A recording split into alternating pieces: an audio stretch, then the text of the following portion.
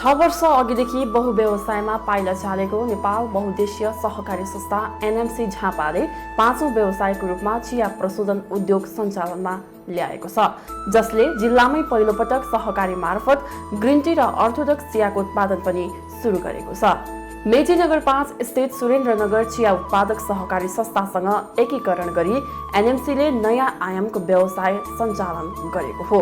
एनएमसीको पूर्ण स्वामित्वमा सञ्चालन गरिएको चिया प्रशोधन उद्योग गत चैत्र 20 गतेदेखि सञ्चालनमा ल्याइएको हो। संस्था एकीकरण अगाडि नै अर्थोडक्स र ग्रिन टी प्रशोधन गर्ने मेसिनहरू ल्याइसकेको थियो, तर भौतिक संरचनाहरू निर्माण गरी हालैबाट उत्पादन सुरु गरेका छौं। एनएमसी चिया व्यवसाय समितिका संयोजक दिलीप जङ सुब्बा सुनाउँछन्। तात्कालीन सुरेन्द्रनगर चिया उत्पादक सहकारी संस्थाले 1 करोड 16 लाख रुपैयाँको लागतमा चिया प्रशोधन कारखाना निर्माण सुरु गरेको थियो। संघीय सहकारी विभागबाट 69 लाख 90 हजार रुपैयाँ अनुदान प्राप्त गरी कारखाना निर्माणको थालनी भएको थियो। एनएमसीसँग एकीकरण भएपछि 1 करोड रुपैयाँ लगानी थप गरी कारखाना निर्माणको काम सम्पन्न गरेर हालैबाट प्रशोधन सुरु गरेको चिया व्यवसाय समितिका संयोजक सुब्बाको भनाइ छ। उत्पादन प्रशोधनै सुरु भएको चाहिँ अब भर्खर 1 महिना जति, मोटामोटी 1 महिना पनि भएको छैन, 15-20 दिन जति भयो। हामी मुख्य गरेर अर्थोडक्स र ग्रिन टी हामीसँग 2टा मेसिन छ। यो चिया चाहिँ खास गरेर पहाडतिर इलामतिर बनिने चिया हो। तराईतिर चाहिँ सिटिसी भन्ने चिया बन्छ धेरै जसो चाहिँ। तर हामीले चाहिँ पहिले सुरेन्द्रनगर चिया सहकारी हुँदैखेरि सिटिसी बनाउन चाहिँ ठुलो बजेट लाग्ने, त्यसले गर्दाखेरि यो अलिक कम बजेटमा बनिने कारखाना भनेर चाहिँ ग्रिन टी र अर्थोडक्स बनाउने भनेर पहिले सुरुवात गरेका थियौँ। एनएमसीमा चाहिँ हामी समायोजन हुनुभन्दा अगाडि, हाम्रो एकीकरण मर्ज हुनुभन्दा अगाडि, र त्यसैलाई अहिले हामीले सञ्चालन गरिराखेका छौँ। सुरेन्द्रनगर चिया सहकारीमा आबद्ध करिब 168 जना सदस्यहरूले उत्पादन गरेको हरियो चियापत्तीबाट अर्थोडक्स र ग्रिन टी बनाउन थालिएको हो। सहकारीको एकीकरणपछि चिया किसानले पत्तीको उचित मूल्य नपाउने हो कि भन्ने त्रास भइरहेको समयमा त्यसको उल्टो हरियो पत्तीको मूल्य हालसम्मकै उच्च पाउँदा उनीहरू दङ्ग बनेका संयोजक सुब्बा दावी गर्छन्।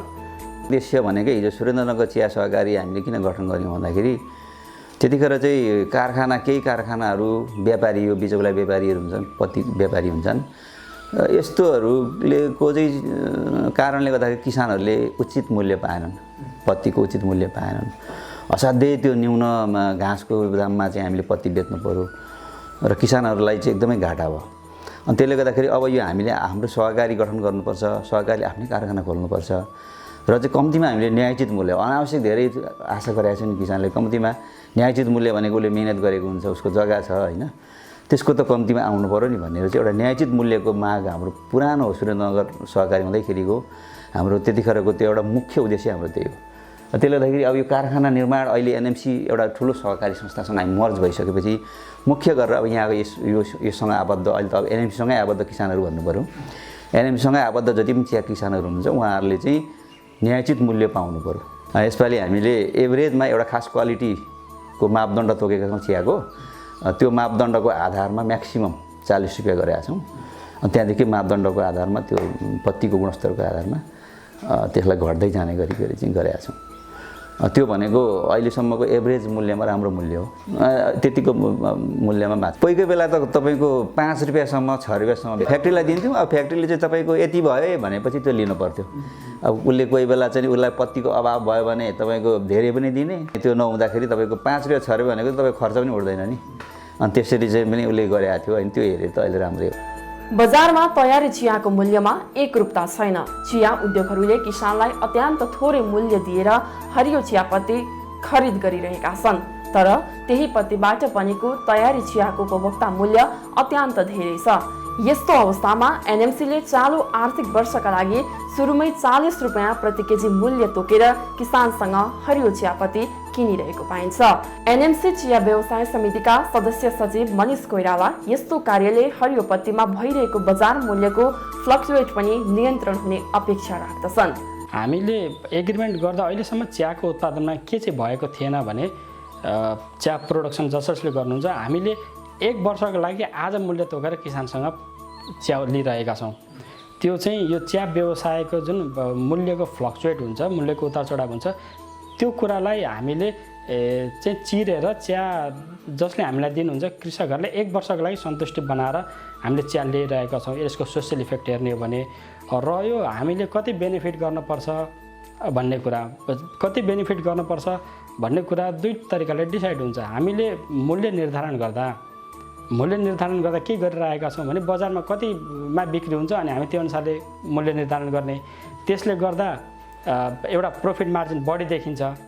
अर्को चाहिँ हामीले किसानलाई कति अप्टिमम पैसा दिएर कति मिनिमम नाफा राखेर बेच्ने, त्यसले चाहिँ मूल्य निर्धारण बजारसँग कतिको कम्पिटिसन गर्न सकिन्छ भन्ने हिसाबले हेर्ने हो भने चियाको मूल्य अहिले बजारमा उत्पादन लागतभन्दा धेरै मूल्यमा चिया बिक्री भइरहेको छ।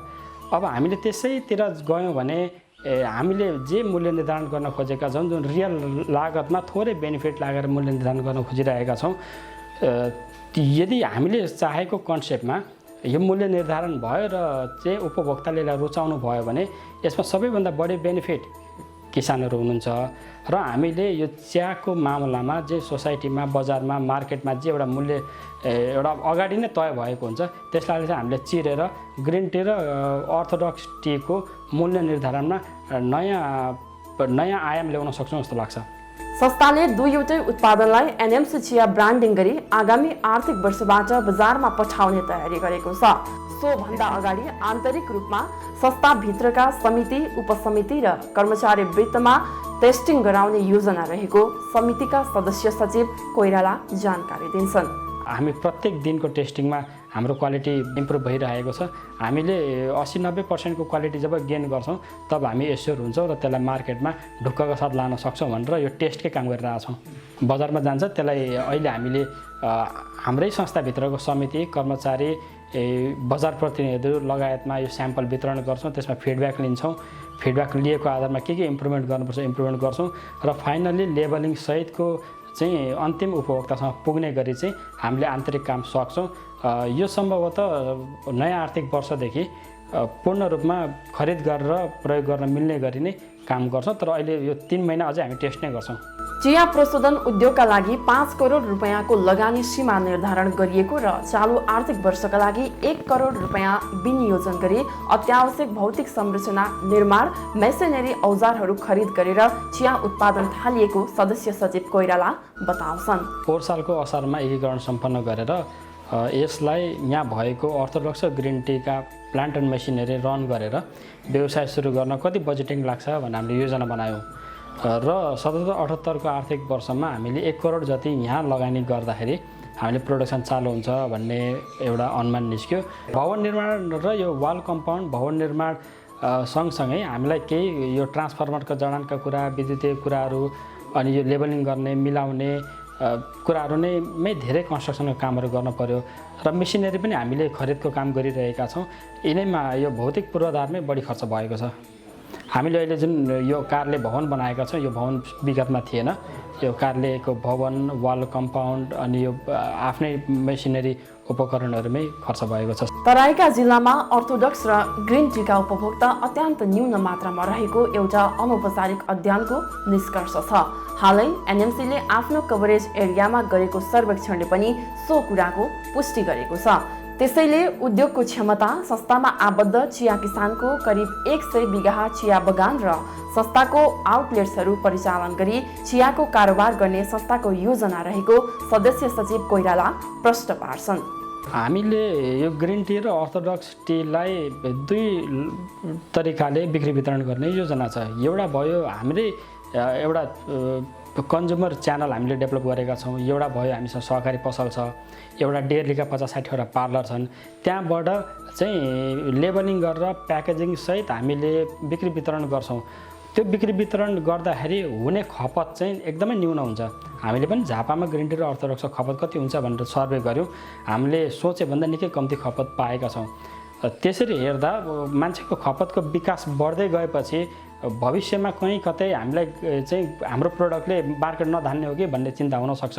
तर अहिले जुन 100 बिघामा उत्पादन हुन्छ त्यसले चाहिँ हामीलाई ग्रिन टी र अर्थोडक्स टी मात्रै प्रोडक्सन गर्न चाहिँ एकदम इनफ इनपुट मान्छौँ अहिले हामी। चिया उद्योगमा हाल मासिक वेतनभोगी 4 जना र दैनिक ज्यालादारीका 10-11 जनाले नियमित रोजगारी पाइरहेका छन्। उद्योगमा दैनिक 1000 केजी चियापत्ती प्रशोधन गरी 200 केजी हाराहारी उपभोग्य चिया उत्पादन हुने जनाइएको छ।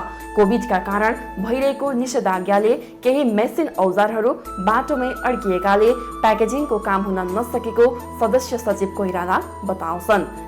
जे होस्, एनएमसीका अघिल्ला व्यवसायहरू जस्तै चिया व्यवसाय पनि उपभोक्ताको रोजाइमा पर्न सकुन् हाम्रो शुभेच्छा तथा शुभकामना।